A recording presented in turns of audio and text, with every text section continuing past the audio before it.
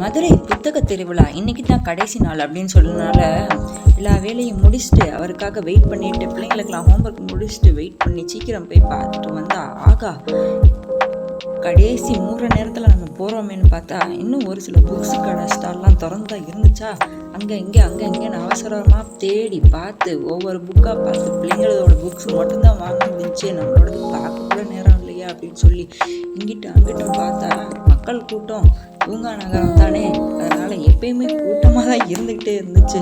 பத்தாவதுக்கு சாப்பாட்டுக்கு பஞ்சம் இல்லைங்கிற மாதிரி எல்லா ஸ்டாலுமே திறந்து தான் இருந்துச்சு. நம்ம சாப்பாடு ஸ்டாலுங்க சரின்னு சொல்லி உள்ளே போய் விசிட்டை போட்டுருவோம், எல்லா கடையும் மூடுறதுக்கு முன்னாடின்னு சொல்லி ஒவ்வொரு கடையாக ஏறி இறங்கி பார்த்துட்டு வந்தாச்சுங்க. அதுக்கப்புறம் வழியை வந்து பார்த்தா இன்னும் நிறைய மக்கள் வெளியவே இன்னும் வெயிட் பண்ணிக்கிட்டே தான் இருந்தாங்க. நைட்டுனாலே மதுரையை பொறுத்த வரைக்கும் ஒரு ஃப்ரெஷ்ஷான நேரம் தான்.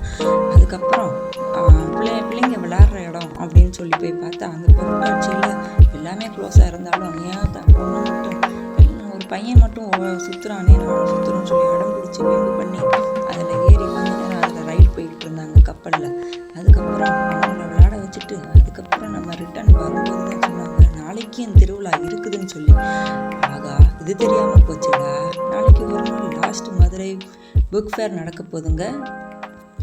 அதே சந்தோஷத்தோடு நாங்களும் வீட்டுக்கு போயிட்டு நாளைக்கு என்னென்ன புக்கு பார்க்கலாம் அப்படின்னு சொல்லி எப்பயும் போல் கூகுளில் சர்ச் பண்ணிட்டு வந்து வாங்க வேண்டியது தான். என்ன எனக்கு தெரிஞ்சது இது செல்ஃப் ஃபீட் பை ஜிஜி.